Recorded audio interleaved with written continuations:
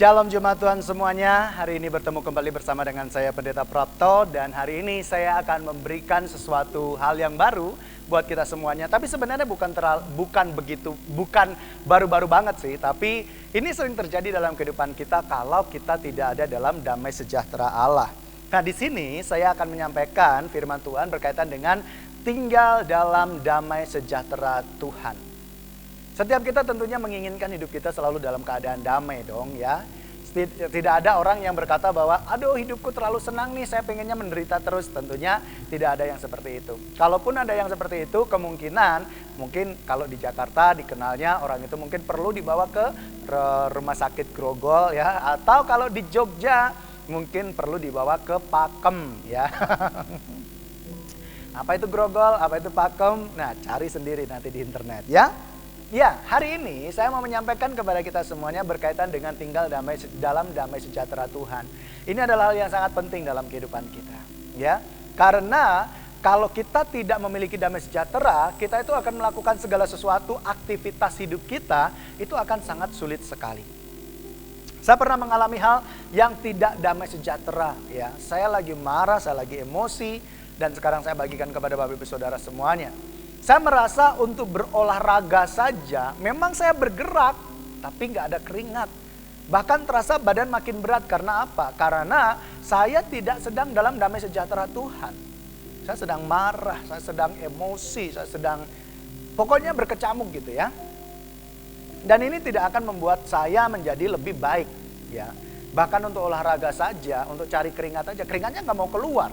Ternyata sedang dalam kondisi marah yang berlebihan itu berdampak pada tubuh juga ya. Bahkan keringat aja nggak mau keluar. Karena apa? Karena hatinya tidak dalam damai sejahtera Tuhan. Tuh, untuk olahraga saja seperti itu. Gimana kalau dengan pekerjaan? Mungkin kita juga mau bekerja aja nggak bisa ya. Nggak konsentrasi. Karena apa? Tidak tinggal dalam damai sejahtera Tuhan. Nah, apa yang kadang membuat kita tidak tinggal dalam damai sejahtera Tuhan? Hal yang sering terjadi atau mungkin pernah terjadi dalam kehidupan kita itu ada di dalam Amsal 24 ayatnya yang ke-19. Firman Tuhan berkata demikian. Amsal 24 ayat 19, jangan menjadi marah karena orang yang berbuat jahat, jangan iri kepada orang fasik. Nah, ini adalah hal yang menjadi satu perenungan buat saya. Bahwa kadang-kadang memang sebagai orang yang ada di dalam Tuhan pun kita berpikir bahwa kenapa ya orang yang tidak mengandalkan Tuhan atau mungkin orang yang hanya manis-manis di bibir saja berbicara tentang Tuhan tapi hidupnya lebih baik. Tapi hidupnya kayak seolah-olah mentereng, hidupnya lebih kayak penuh dengan bahagia dan sebagainya. Lalu kemudian kita merasa bahwa wah ini kayaknya nggak adil, wah kenapa ini kayaknya Tuhan tidak memberikan secara adil tentang kondisi bahagia tersebut ya. Kita melihat orang itu kayaknya bahagia padahal kita melihat bahwa orang itu nggak benar. Bahkan mungkin kita tahu kartu as dia yang tersembunyi itu apa. Tapi ternyata faktanya dia bahagia, dia hidup tenang, senang. Lalu kemudian kita sebagai orang yang ada di dalam Tuhan, rajin berdoa, baca kitab, bersekutu dan sebagainya. Lalu kemudian ketika kita melihat orang tersebut mulai timbul dalam hati kita kemarahan yang membuat kita akhirnya tidak tinggal dalam damai sejahtera Tuhan. Ketika kita melihat orang fasik ya, ketika orang fasik hidupnya diberkati Tuhan, mungkin seolah-olah diberkati Tuhan atau hidupnya lebih menyenangkan ya daripada kita, mungkin kita timbul iri. Lalu kemudian kita melihat hal-hal yang mungkin orang lain bisa miliki, kita nggak bisa miliki. Khususnya kita berbicara mengenai orang di luar Tuhan ya, atau mungkin orang Kristen sendirilah. Orang Kristen tapi yang hidupnya tidak seturut dengan kebenaran firman Tuhan. Tapi kenapa hidupnya malah berlimpah dengan berkat Tuhan. Lalu kita menjadi iri. Nah, ini yang tidak diizinkan oleh Tuhan. Kalau kita melakukan hal itu, kita marah kepada orang yang berbuat jahat, kita iri kepada orang fasik, maka itu artinya kita tidak tinggal dalam damai sejahtera Tuhan. Sebab orang yang tinggal di dalam damai sejahtera Tuhan itu tidak akan membandingkan dirinya dengan orang jahat. Tidak akan membuat dirinya itu merasa cocok dibandingkan dengan orang fasik. Dia akan merasa bahwa orang yang ada di dalam Tuhan itu adalah orang yang spesial di mata Tuhan dan yang harus tinggal dalam damai sejahtera Tuhan. Caranya bagaimana? Harus fokus pada panggilan kita kepada Tuhan. Selama kita fokus kepada Tuhan, damai sejahtera Allah itu akan senantiasa tinggal dalam kehidupan kita. Tetapi kalau kita tidak melakukan hal itu, yang pasti kita akan menjadi orang yang sangat tidak nyaman menjalani kehidupan kita hari demi hari. Pasti pernah kan marah ya, emosi yang beberapa hari sampai beberapa hari.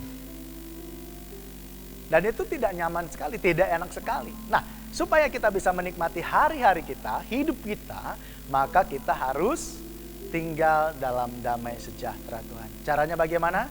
Abaikan mereka yang kalaupun kita tahu dia tidak hidup dalam kebenaran firman Tuhan, tapi kayaknya hidupnya enak, lewatkan. Gak usah terlalu memperhatikan orang tersebut. Gak usah terlalu fokus terhadap orang tersebut. Kalaupun ada orang fasik yang hidupnya seolah-olah bergelimang sesuatu, gak usah diurusi. Tapi fokus kepada Tuhan, maka damai sejahtera Allah itu akan terus tinggal dalam hati kita. Dan kita akan bisa melewati hari-hari kita dengan penuh sukacita. Pilihan ada pada kita. Mau hidup dalam damai sejahtera Tuhan atau tidak? Tentukan pilihan hari ini.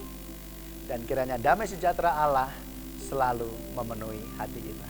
Mari kita berdoa. Bapa di surga, banyak hal yang sering kami hadapi, yang kami kadang tidak siap Tuhan, untuk kami selalu menjaga damai sejahtera Tuhan dalam hati kami.